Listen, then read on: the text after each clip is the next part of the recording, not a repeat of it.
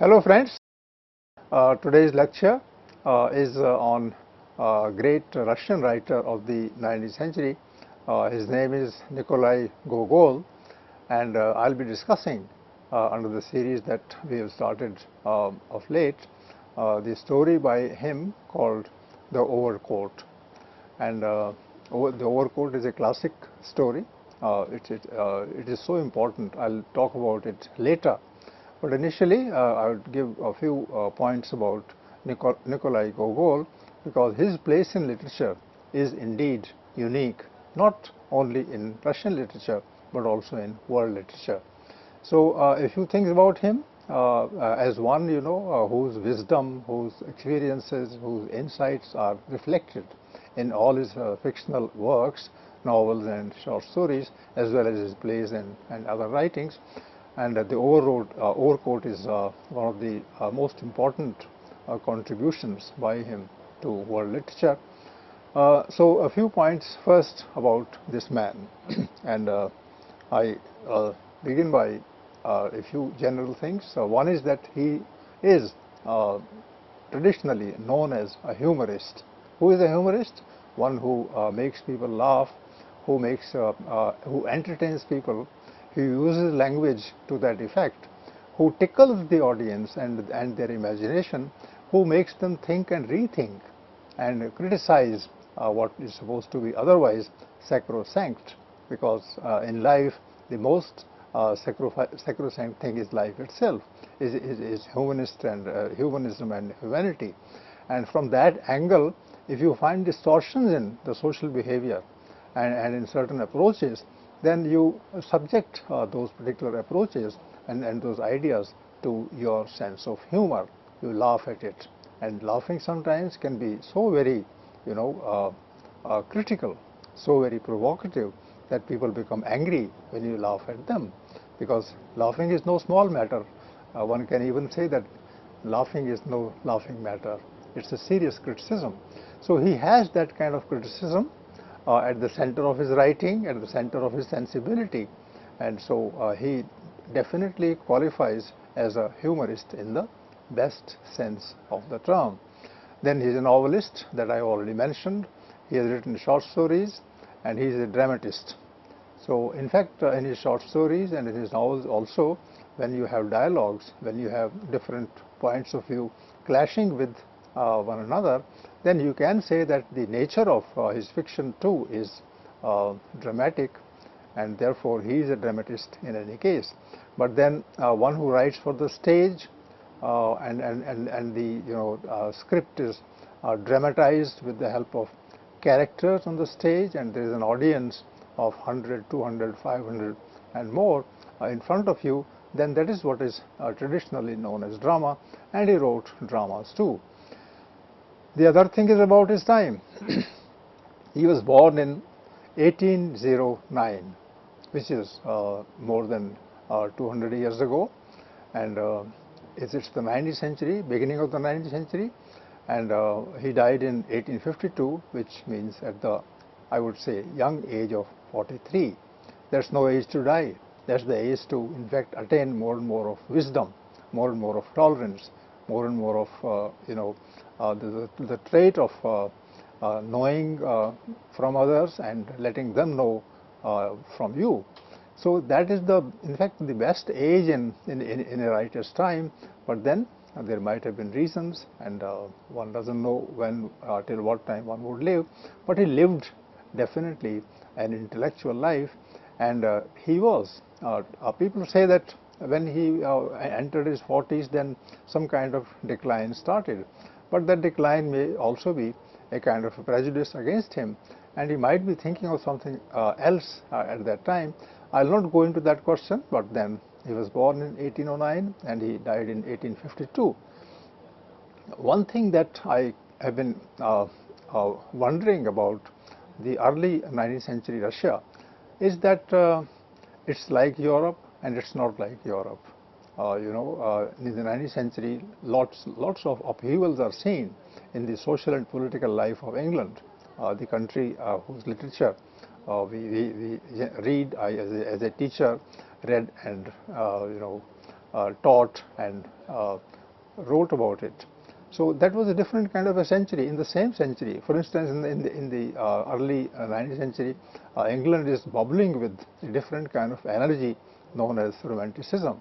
But what is happening in Russia at the same time? Exactly, because at this time Wordsworth is alive, Keats is alive, Byron is alive, Shelley is alive, and in Russia, who are doing what? That is important. And I have this very little information about Russia. I'm not a Russia scholar. Maybe there are others who can tell more. But then I say that Russia at that point of time had, the main productive activity, as I know it, in the fields, in the villages, in agriculture.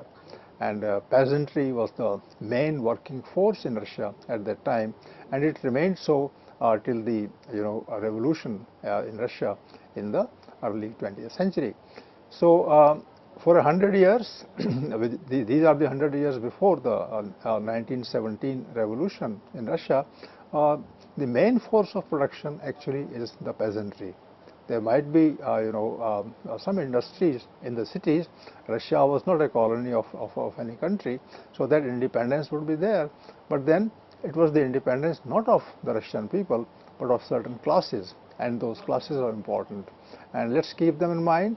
I'll keep this in mind while discussing this short story also.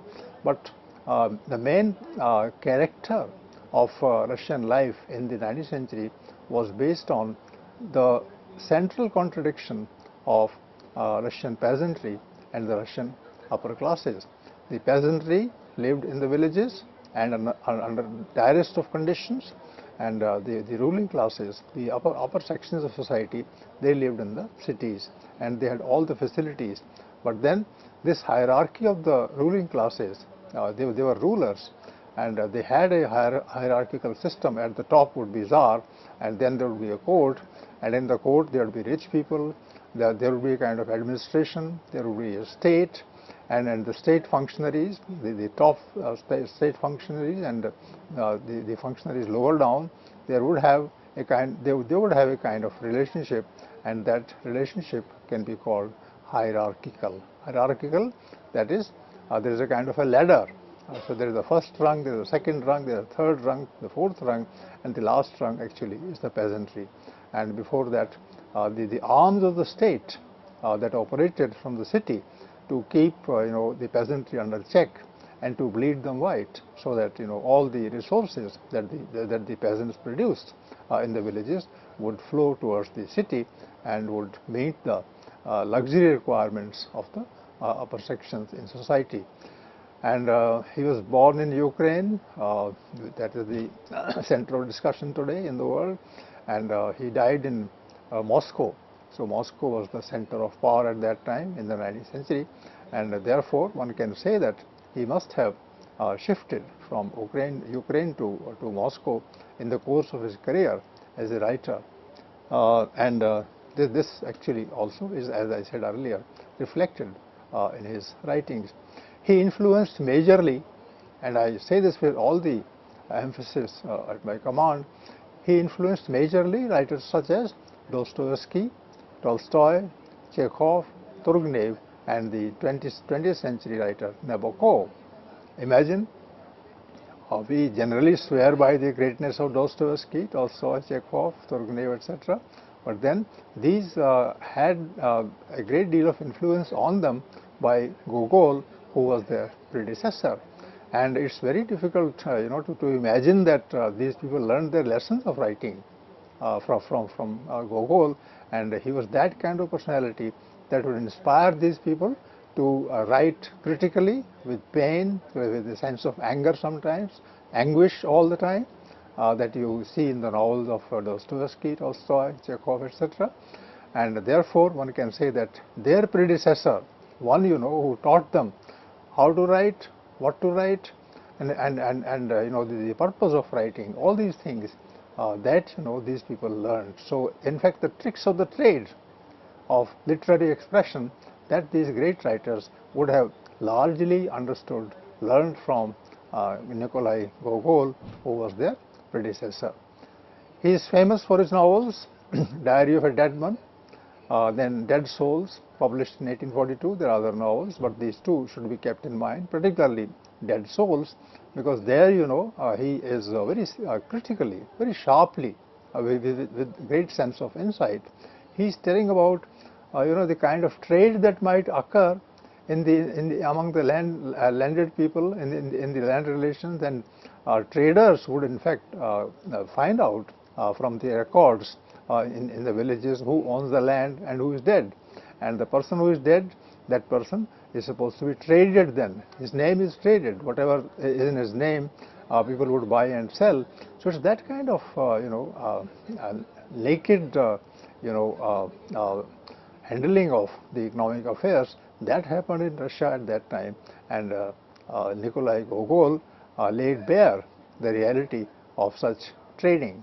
So this novel was an eye-opener for most of the people, and the people who had sensitivity about writing, and they could see the bitterness, they could see the anger of this writer, and there is humor, there is wit, there is a very live language. We of course are not lucky enough to know Russian, therefore we don't know what exactly the Russian words will suggest, but Russian literature has some very fine, translators. So they translated all these works into English, and that's how we read literature of this great 19th century period in Russian literature.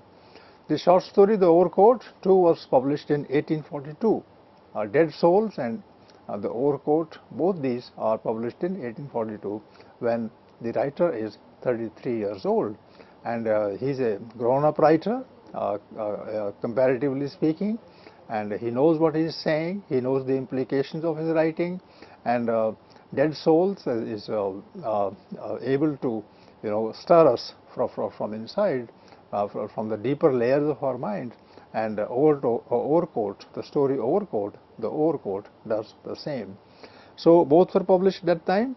So you can see the kind of mood in which Gogol was at that time, and you don't find anything that is even closer to approbation, acceptance, or tolerance of the trends that existed at that point of time. So he was angry with all those things, and that anger somehow came out in a specific literary form in the year 1842, when these two particular writings were written. These and other writings constitute the foundation, the Russian great writing that attracted attention the world over in the 19th and 20th centuries. I made this point earlier, and to say, that if we know Russian literature as great literature, that is mainly with respect to what Gogol wrote, and particularly this story. So read this story. It's not an ordinary story. It's one of the finest that I have read. Maybe arguably the finest that I have read. It's not exactly short. It's quite long. It would be 20 A4 size pages. So it would come to about 35 or so pages. So it's a long story, and its vastness impresses. Its vastness of vision and coverage of the complexities of Russian social life, that is remarkable.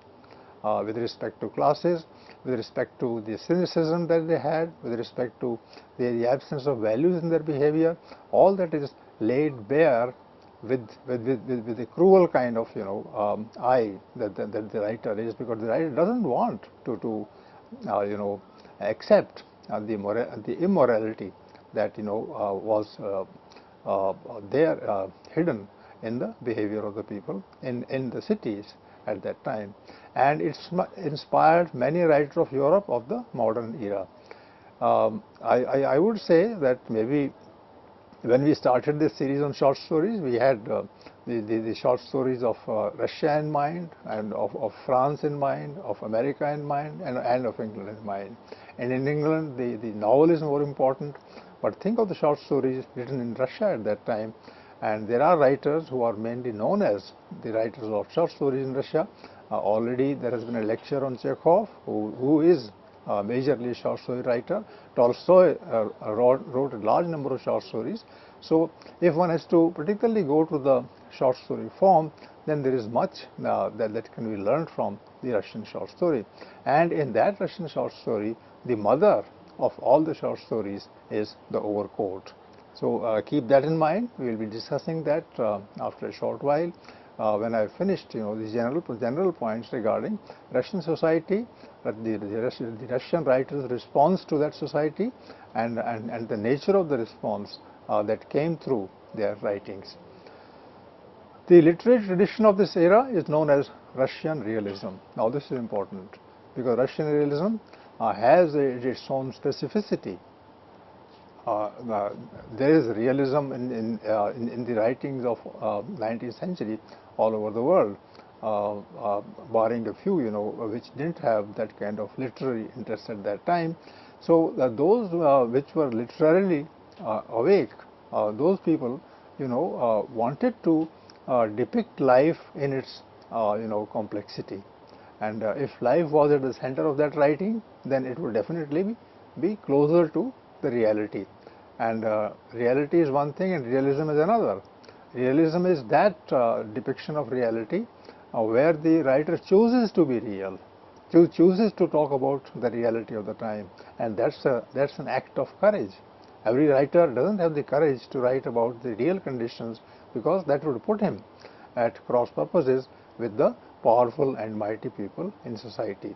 But writers have their own way of expressing the reality in such a manner that they can't be specifically charged for anything, and yet they show a kind of an mirror to the society of the time. So they are in literature the mirrors of the life, and that mirroring of life and its complexity, that is what is realism. So when you are committed to writing the real thing, when you are committed to telling people what actually exists behind the hypocrisy, behind the lies, behind the falsehoods, that's what realism is. So it's an approach. It's an approach to the social reality in a manner that the criticism of it is made, quite clear and effectively reflected in the writing. So far as Russian realism is concerned, the source of Russian realism is the story, The Overcoat, and of course other stories, but we have to basically in this discussion focus upon the story, The Overcoat. The first Russian realist, that is what Gogol is. He is known for his biting satire and comic realism. Can we connect these two things? Can we link them up as such? Biting satire. When you have read him, then you can't, rest in that kind of comfort that you had earlier, and you remain, disturbed within yourself. That is biting satire. And comic realism. He doesn't, show his anger directly, but through comedy. So as I already explained to you, that humor is a very good weapon in the hands of writing in general, and some specific writers are there. So that comic realism is manifest in the writing of Gogol. And when I think of this story, then I think that there is a kind of comedy here, but do I call it comedy? Now that's the question. And is that humor? Then there is another word, in the discussion, and that is that it is black humor. It is black comedy. What is black humor? Black humor is that where inside you know that the person is telling the truth and he is enjoying something that he should condemn. But if you know that because it is black, therefore the writer is actually condemning the trends that he is presenting in an entertaining form. So if you are laughing at something where you should be angry, and the person says, no, it's a great thing and people should be like this, then one knows that the person is criticizing, but in such a manner, in such an indirect manner that it appears comic, but then it is black. So the word black shows that there is humor that is black, the humor that hides a great deal of violence, a great deal of disapprobation, something that the person rejects. So that is his writing then would be the writing of black humor. There is another word that comes to mind. That word is grotesque. grotesque is that makes you feel bad about things, and that is out of taste, and you are giving details that you would not easily accept. And so far as the writer is concerned, he will pile detail upon detail of that kind to you, so that you have ultimately a numbing effect on your mind. So that is what grotesque is, and that grotesque is there definitely in the middle of this writing. Then we may consider the conditions in which Gogol lived and bore witness to. It was the Russia of first half of the 19th century, and serfdom prevailed at the time. The peasants were actually serfs. They were completely under the control of the landlords in the villages, and serfdom was the system that at that time controlled the peasantry. The peasantry produced, and on it thrived, the bureaucratic hierarchical state. So hierarchical I have already explained, and bureaucratic is that which goes by the word of law.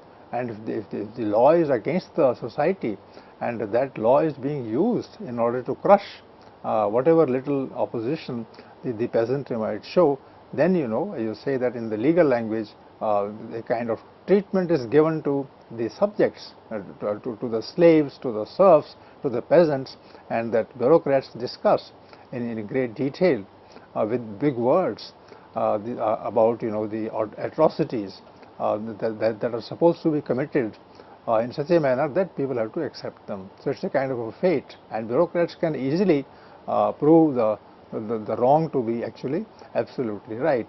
So that bureaucratic thing and hierarchical, that which where the lower person will always follow the dictates of the person above him, and on and on. So then the country seemed to be divided into the part where the peasantry lived in the villages, and the part from where the state operated as a pyramid. State is what is actually at the receiving end of this writing. So you don't have, for instance, this writing in England, again in France also, but here in Russia, the state was actually the biggest exploiter, the biggest controller, the most violent kind of institution that there was, and therefore the court, hidden behind the state, would rule in such a manner that everybody would be under the control of the eye that is basically legal. So the ideological sanction to this structure was provided by religion, and therefore all these writers that I mentioned, including Gogol, they also understand that the sanction is coming from religion, that people are fatalists, and fate is important. If you are born poor, then that is the reason that you have no right over the facilities available in the country. So which means that religion is telling them that if you chose to be born in the upper section, then you would have enjoyed. So the only logic that works in the case of the sanction being given to the state is that religion accepts the people born lower as the lower people, and people born in the circles above are supposed to be the ruling people. That's a simple logic, and religion that way becomes a culprit, and that is what these writers show indirectly in their writings. Evil and virtue could be easily discerned. The overcoat, also known as the cloak, revolves around the life of a middle-aged official of the lower rung of the Department of Peace, and his name is Akakievich. So remember that, and now I come to the actual story, and I want to tell you that it has been translated by different people, and one part is the one translation is titled The Overcoat, and other is called The Cloak. So the Russian word would be the same, but the English translators would give one or the other. They mean the same thing, more or less. The only thing is that the overcoat is slightly longer perhaps, and it's supposed to be fashionable, flashy, and the cloak is something that merely covers. So overcoat also covers, but then the cloak is more colloquial and the overcoat is more fashionable, and that's what is there as the translated title of the story. But then the meaning of the title may not be as important. The important thing is the revolving of the story around the life of a middle-aged official in the lower rung of the Department of Peace, and his name is Akakievich. And we'll now take up this story in detail, and we'll discuss further the way Gogol actually responded to the challenges of his time. So till then, thank you.